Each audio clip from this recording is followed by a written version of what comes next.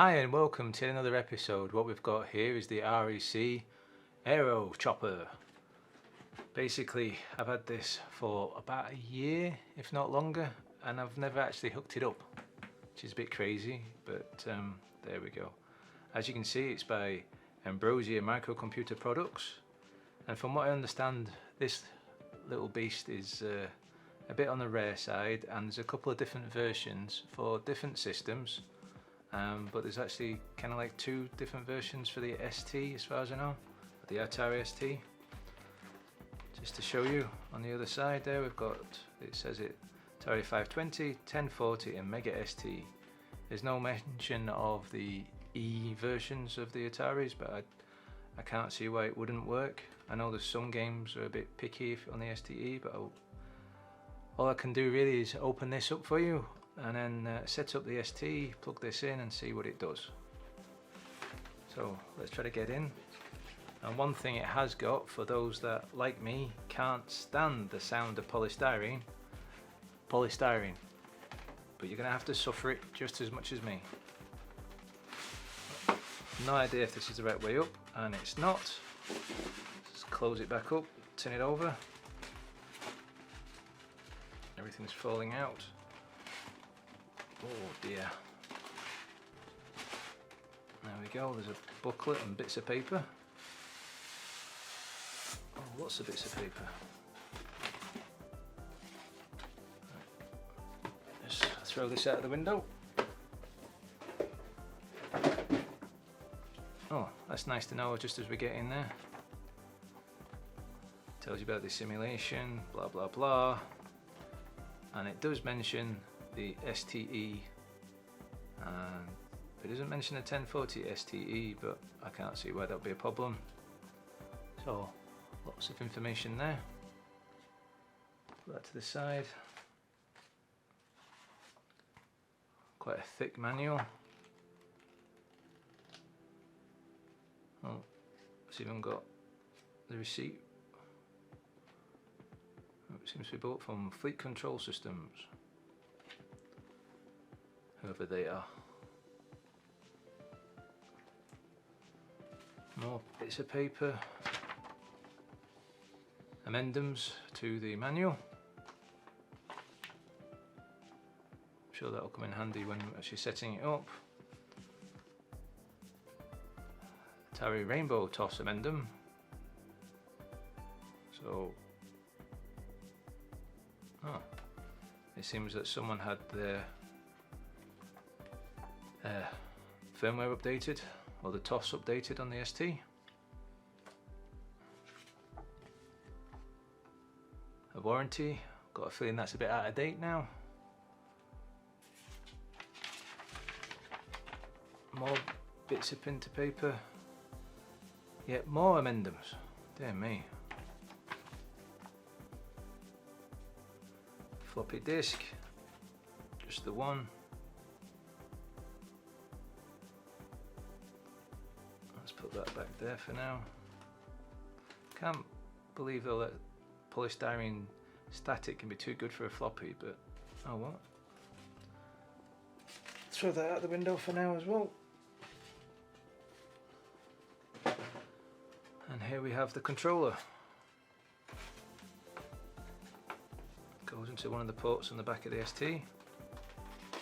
Well, here's the polystyrene squeaky bit, so if you don't like polystyrene, turn it back up again and I'll do a thumbs up when you turn the volume back off again, or back on again rather.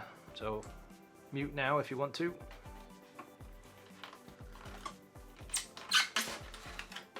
Oh, there we go.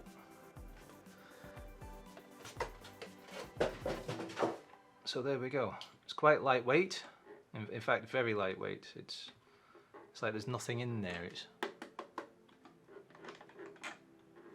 feels good though in the realms of the controllers themselves, but it feels like those really cheap controllers you used to be able to get that plugged in through USB to do helicopter and plane sims on the PC.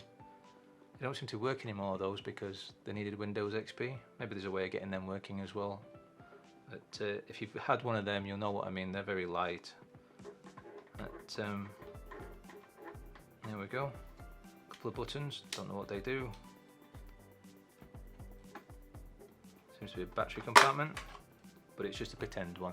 So yeah, they've obviously used the shell of a real one, because there's actually bits for controllers and I'm assuming little tweaky switches and things, servo reserver.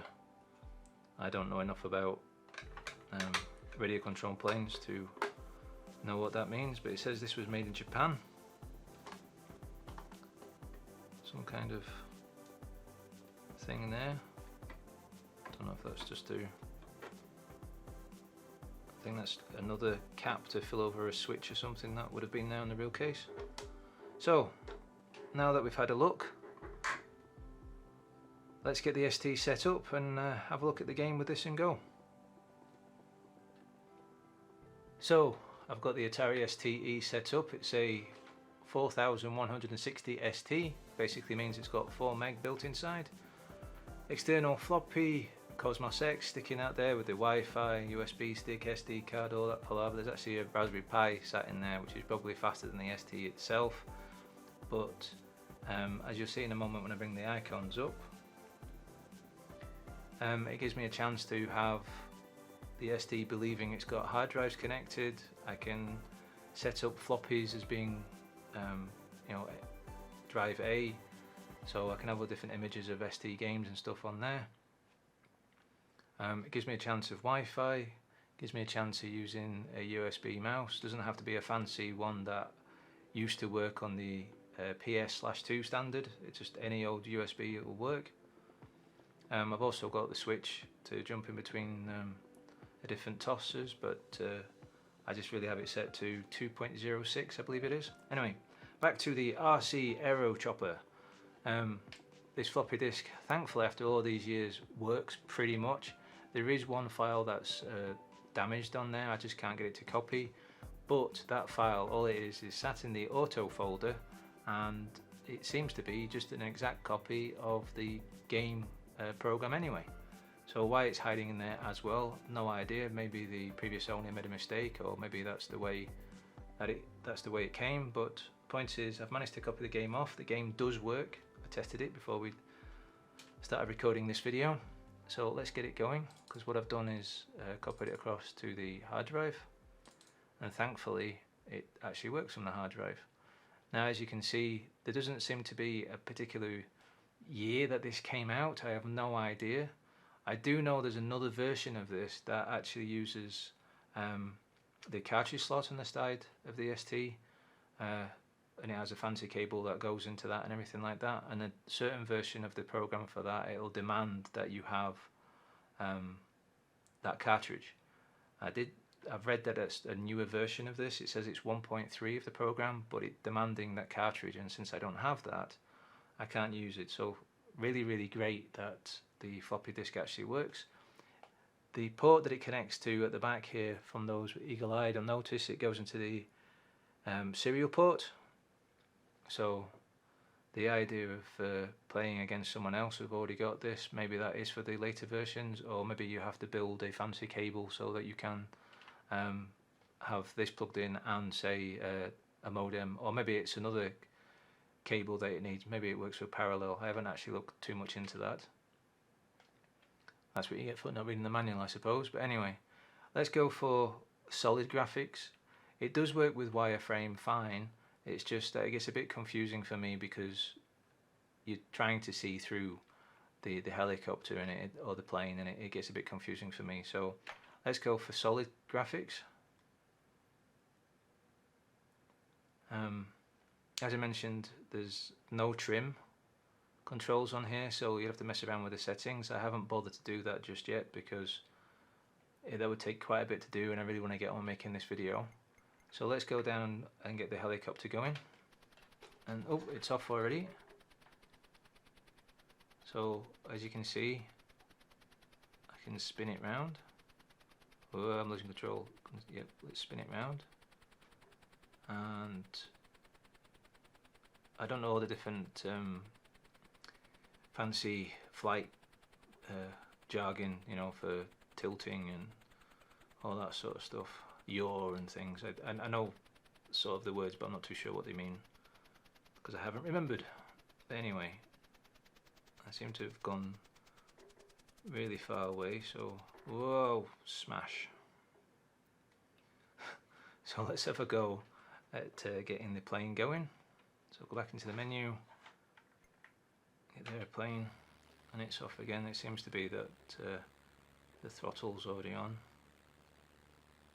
So let's get some throttle and make it do loop-the-loop. Whoa, getting a bit close to the ground there.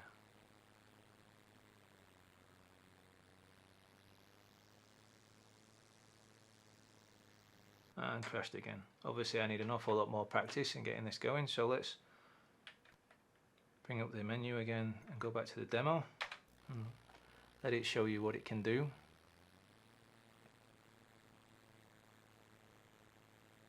Oh, that's one thing I've just remembered though. I haven't tried pressing these buttons. What do they do? So it seems that you can't see the plane, but you can see the way the plane's flying, but you can't see the plane. That's a strange way of doing it, I think. Anyway, so let's go back to the aeroplane and see what these buttons do on the side here.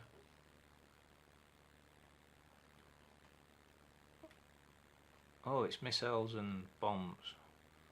The left button drops a bomb.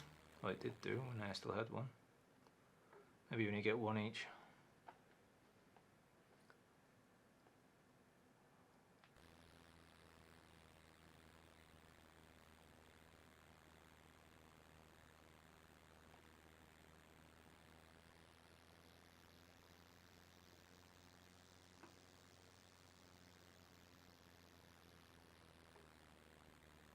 Let's drop a bomb.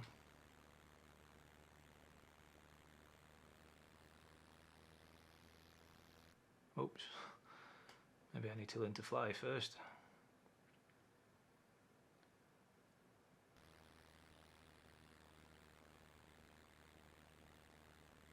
Let's bring it round, see if we can.